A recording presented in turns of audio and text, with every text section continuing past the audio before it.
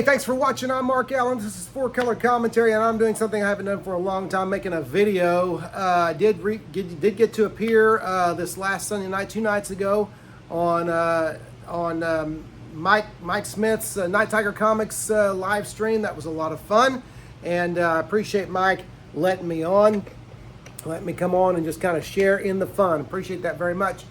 The last few videos I've done have been live stream videos. I've decided I would go a little more old-fashioned here, do the recording, and so I can tweak it and edit it and do the bumper music and all that kind of stuff. Got to upload it, and that's kind of a pain, but anyway, it is what it is.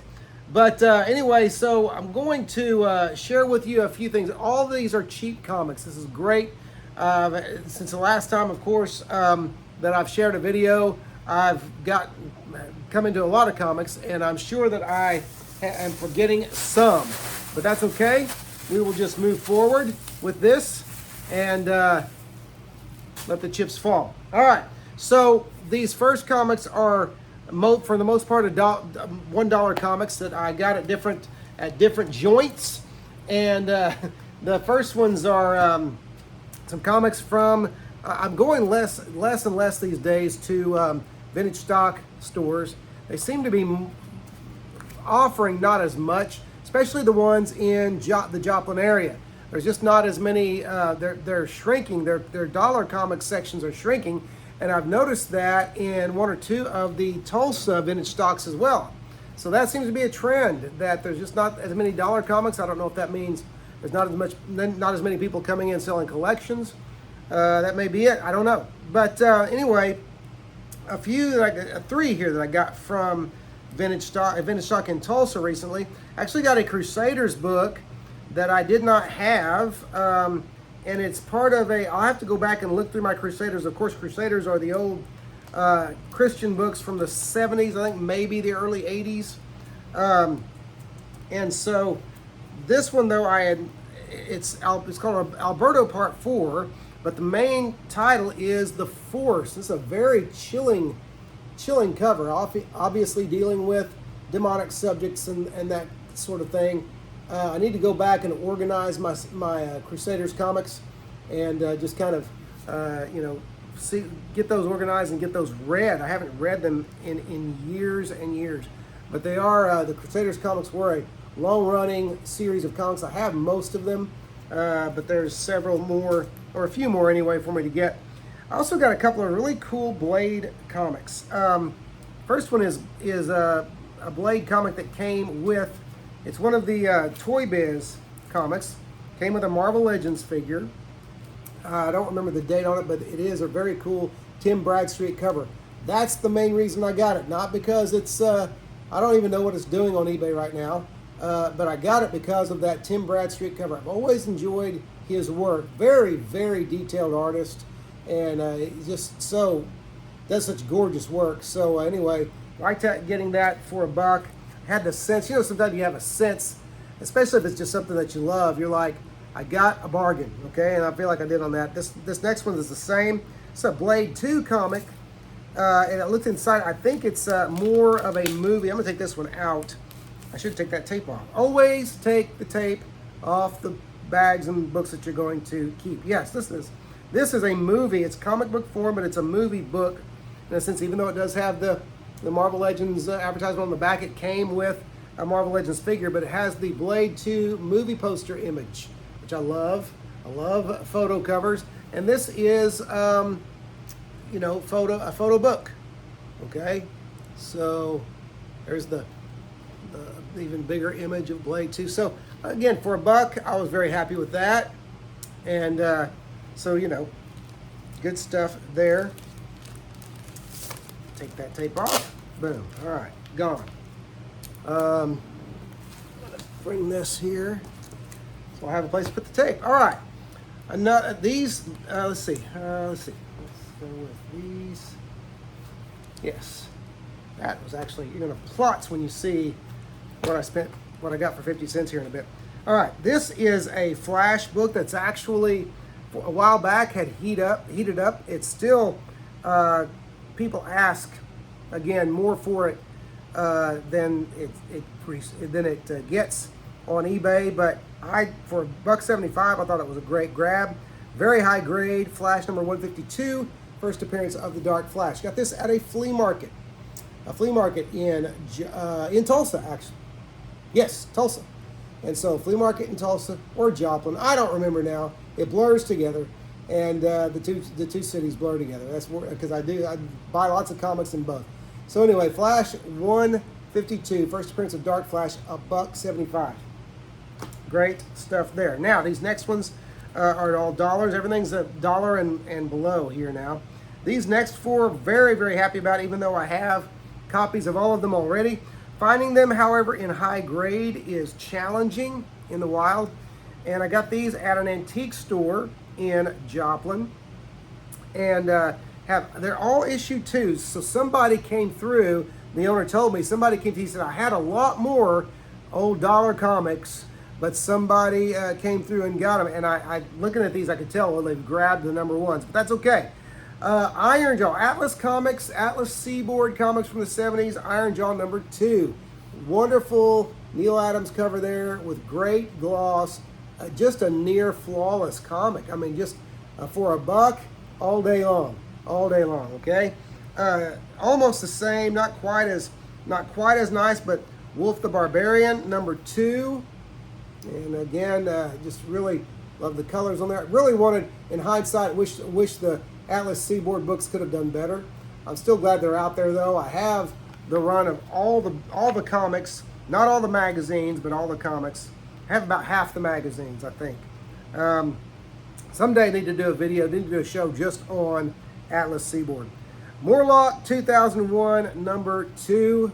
Again, high grade, very happy with that. You can't sneeze at $1 a book. Listen, just almost anything produced in the 70s, and these were produced to compete with Marvel. Now, did they compete with Marvel very well? No, but they were produced.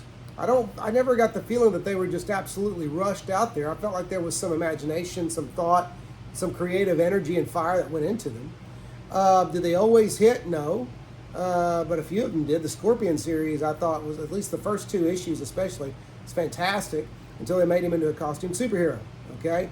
But Morlock 2001, number 2, high grade, very nice. But for $1, which is what, a third, 33% or less, maybe 25% of what you pay for a new comic today, that's a bargain. It's just a bargain. And then the Brute number 2. The Brute number 2, also high grade, also glossy, sharp corners, all that good stuff. And so I was happy to get those. Now, I give you, the Brute was a little bit painful sometimes to read and enjoy, but it is what it is. All right, this next one is an optioned indie. Now, let me say this: optioned comics. We have to be very careful, folks. I'm going to put this. I'm old, and I'm going to need a little more back support. Here we go. All right, optioned comics. We need to be very careful, because we are seeing out there in movie land today, we are seeing superhero fatigue. Some have reported it. I've been expecting it for over a year, especially since Disney, Marvel have just been rushing stuff out there. It seems like flooding D plus and the theaters with mostly D plus, with TV shows and the movies and all this kind of stuff, and so many of them lackluster. I mean, since Endgame, with the exception of 1 or 2 movies, they haven't put anything out really of equal quality, okay, in my estimation, but I've heard a lot of other people say that as well. But all of that having been said, this is an optioned indie, and supposedly, involving The Rock, Dwayne Johnson. This is Ball and Chain number 1, got that for $1. And so happy with that. Have one other copy of that. No, nothing wrong with sitting on something like this until it happens. The way things are right now, with so many option properties out there, anything could happen. It could the superhero genre could just peter out, and I have thoughts on that that I'm going to do. I should do a separate video on, but there's a part of me that can't wait for that to happen. I cannot wait or kind of hopes in a way that the movie industry says, you know what, enough with the comic book stories, enough with comic book movies, we're not interested anymore. Then comics could go back, comic professionals could go back, and comics companies could go back to making comics for the sake of comics instead of comics for the sake of movies. All right, there you go. Now I don't have to do that extra video. But hey, anyway, so Ball and Chain number 1, supposedly involving The Rock, an optioned indie. All right, 50 Cent. Let's talk 50 Cent comics. Because 50 Cent comics are a lot of fun, especially when you go to Shadow Mountain Comics in Tulsa, Oklahoma. And I'm not going to, you know what I've told you what they do before. They get in, they buy collections. The first week or two, they do $10 a book, then $5 a book for a week, and then $1 a book, and then 2 for $1, then 4 for $1. Okay, so I've got this. This is from their 2 for $1 sale. And to begin with, chipping away at this run that I'm trying to complete. This is a 1969, so silver to bronze age, depending on who you talk to. This is Not Brand Echh number 13 for 50 bucks, for 50 cents. Look at the gloss on that. Does have some a bent corner up here, a little bit of issues down here with some creasing. Going to put it on a cold. I'm going to cold press it, and you don't want to hot press these square bound, glue bound spines because that will melt the glue. Learned that from Michael Smith. Appreciate it. Shout out Night Tiger. And but we'll put it on a cold press for a couple of days and just let it kind of press out those creases, hopefully. But 50 cents. This is some great Marie Severin humor art in there, humor book. Great, and we're going to see some more Severin art here in just a moment. But so just great stuff there. And for 50 cents, you just can't. There's absolutely nothing to complain about with a 50 cent Not Brand Echh, especially one that's in decent shape. All right, more 50 cent books. The Comic Reader. You know I like the Comic Reader. You know I like the industry magazines. I did a short on this one. This is the Comic Reader number 168 from May of 1979 with a great, really cool Bob Layton Ant-Man cover on there. But on the back was kind of a troublesome cover, not for 1979 so much, but doesn't age well today. It is a Dave Cockrum cover, but here you have a Godzilla. It's meshing Godzilla and Shang-Chi. It is Godzilla, Master of Kung Fu, as Godzilla takes to the air and kicks a building down. What's troublesome is the words down here, the word balloon from Shang-Chi. I'll just read it for you. Okay, flog face, I teach you to swipe my rogo. Come down and fight like a man, you ugly green lizard. Somewhat today racially insensitive, some would say, and I'm just not going to say anything. I'm not going to say anything about it. But there you go. And but still a striking cover image, but just kind of a interestingly troublesome or troublingly interesting commentary down there from Shang-Chi. All right. Next. Now I feel like I've dug myself a hole there and gotten in trouble with somebody. Cole the Conqueror number 3, 50 cents. This is cover by the Severins. And all it says is Severin. I think John and Marie, brother and sister, sometimes work together so closely that I'm not sure people were completely sure who was doing the drawing, who was doing the inking, because I'm not sure they didn't go back and forth. Their work reflected one another or resembled one another quite well, quite a bit, I should say. But so Cole the Conqueror number 3, and all it says inside the art credits are Marie and John Severin. That's it, art. Marie and John Severin. That doesn't say who draws and who inks. Same in number 7. I don't know whether to believe that. I don't know whether that means Marie drew and John inked. I just don't know. Okay, because again on the front, all you have, and this one's the same. All you have is Severin. Okay, and so Cole the Conqueror number 7, Marie and John Severin. I can't even tell you who wrote those. Someone out there will have to comment and tell me, because I don't. I buy these for the art. In fact, and this will be just, I don't know, blasphemy to some out there. I treasure these early Coles art-wise more than I do the early Conans by Barry Windsor Smith, or by Barry Smith at the time, because of John and Marie Severin and one other who I'll show you here in a moment. Cole the Conqueror number 9, also a Severin cover with Marie and John Severin doing the art inside. Okay, and then Cole the Conqueror number 11. And this was the other guy I was talking about that I just love his art, his early art especially for Bronze Age Marvel.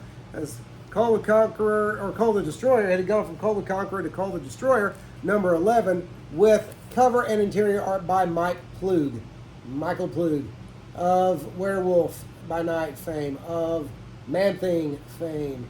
Just great, amazing stuff there. Loved his work. Still love his work to this day. All right, those are all 50 cents. Here's some more 50 centers. We'll go through these a little bit quicker. Thor number 217, a John Buscema, John or Sal. This looks like Sal Buscema actually. John Buscema cover with John and Sal. See, that's so cool when they would work together. John and Sal inking John on that one. Okay, so Thor number 217. Thor number 234 with a striking Gil Kane cover. I think most of these are going to be one of the Buscemas, one or both of the Buscemas interior arts. 234, Thor 234, great Gil Kane image there, cover. Thor 252 with actually I'm not sure if that's a Kirby cover or if that's someone doing Kirby. I believe that's a Kirby cover. So when Kirby returned, that would be when Kirby returned to Marvel from DC, and so yeah, great, fun cover there. Rich Buckler, that's what I was trying to think of. Buckler would sometimes do Kirby-like covers, but that doesn't have a name on it. So there you go, Thor 252, Thor 255. Okay, this is definitely, boy, I don't know. My goodness, I want to say that's a Jack Kirby cover. Tony DeZuniga, illustrator inside, but Thor number 255. Looks like a Kirby cover except for Thor's face. That looks strangely, I think that's Buckler. You can check and see Thor 255 if that is a Kirby or Buckler cover. Thor 256, which has a John Buscema cover. Very dramatic image there.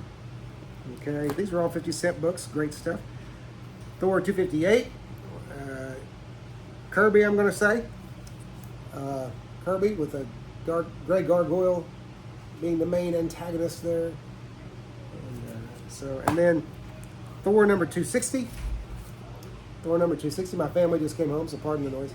Thor number 260, and that one, I'm not sure who does. That may be a Keith Pollard cover. It is not Kirby. It is not Buscema, I don't believe. And then a couple, that's it for the Thors. A couple of, did add a couple of Wolverines to my Hama, well, I forgot the name now. What is it? The son. Oh, Adam Kubert. We couldn't remember if it was Adam or Andy, but I did add a couple of Wolverines to the Hama Kubert run. Wolverine number 80. And Wolverine, another one of those black and white covers, black, white, and red covers. Wolverine number 82. Those are just always so cool. They recently did more Wolverine black, white, and red, a whole miniseries, but these were the first ones that I remember. Okay, done by Adam Kubert. All right, and then this was a really happy to get this for 50 cents. This also has, it's illustrated by Dick Ayers with John Severin inks, and John Severin thankfully had strong enough inks to save Dick Ayers pencils. I never was a Dick Ayers fan, but this is Sergeant Fury and his Howling Commandos number 75 for 50 cents. And yes, there's gloss and wonderful Wonderful cover there. Very cool cover. All right. So there's a bunch of 50-cent books for you. Next, let's see if we can get through this stack of 25-cent books. There's not going to be, in fact, you know what? There's not a whole lot of note here. So I'm going to go through these fairly quickly. I did grab a movie comic. Don't know what the date on it is, but it is a #1, Pacific Rim. Grabbed that for $0.25 because I liked the movie. Did grab a few Quasars. I'm just keep entertaining the idea of getting the whole Quasar run and reading it all through. But Quasar #5, The Absorbing Man. Quasar #26, Thanos appearance on the cover. Quasar 27. Quasar 28. Quasar 37. Quasar 38. Quasar 39 with another Thanos image on the cover. Quasar 40. All right, so all 25 cents. Adding to my Quasar library. One day what I'll do is, when I have those, or when I have, I think, enough of them to get the gist of the run, read them all, immediately turn them back into, I'll sell them again for dollar comics, either at a show or at a garage sale. Here's some very cool quarter comics following now. A couple of variants. An Action Comics #35, New 52 run. Action Comics #35, a Monsters of the Month variant cover by Neil Adams. Love that. So, for $0.25, all day long. Then another one, another variant, Peter Parker the Spectacular Spider-Man #1. I don't know what year, but it's recent. It's the Marvel Collector's Core variant edition with Funko Spidey. And I don't know if that's Funko, I think that must be Funko Vulture. Movie Vulture. So, there you go. This was just, it was a quarter buy, so who cares if it's beat. It'll go on the spinner rack. I don't have this comic anymore. Had it, bought it off the rack back in the day, like a lot of y'all did.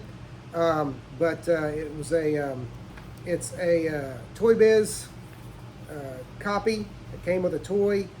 This is a reprint of Marvel Superheroes Secret Wars #8, first appearance of the alien suit. Bought that to go on the spinner rack for my sons, and because they've never read the story. And so for $0.25, I'll take it. All right. This next run was kind of an impulse buy because I'll buy a lot of things for $0.25 on impulse, because especially if I think I can flip them. Just to be real honest with you, as a kid, the only time I watched the Super Friends was if I was at one of my friends' house for Saturday morning, because I didn't normally watch Super Friends. Even then, I was a Marvel kid. I should say that. I watched the Batman cartoons, but I didn't watch the Super Friends. But I did find a run of Super Friends. Many of them, or a few of them, with Ramona. I never know whether to pronounce her name Fradon or Fradon, but Ramona Fradon art and covers. There's Super Friends #26. Nice gloss on some of these. Super Friends #28, a face-off cover. I love it. Okay. Again, Fradon there. Another Fradon cover and art. Super Friends #33.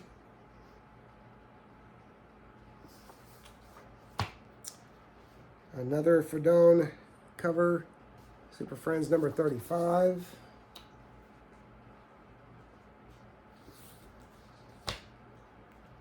Super Friends #36, guest starring Plastic Man.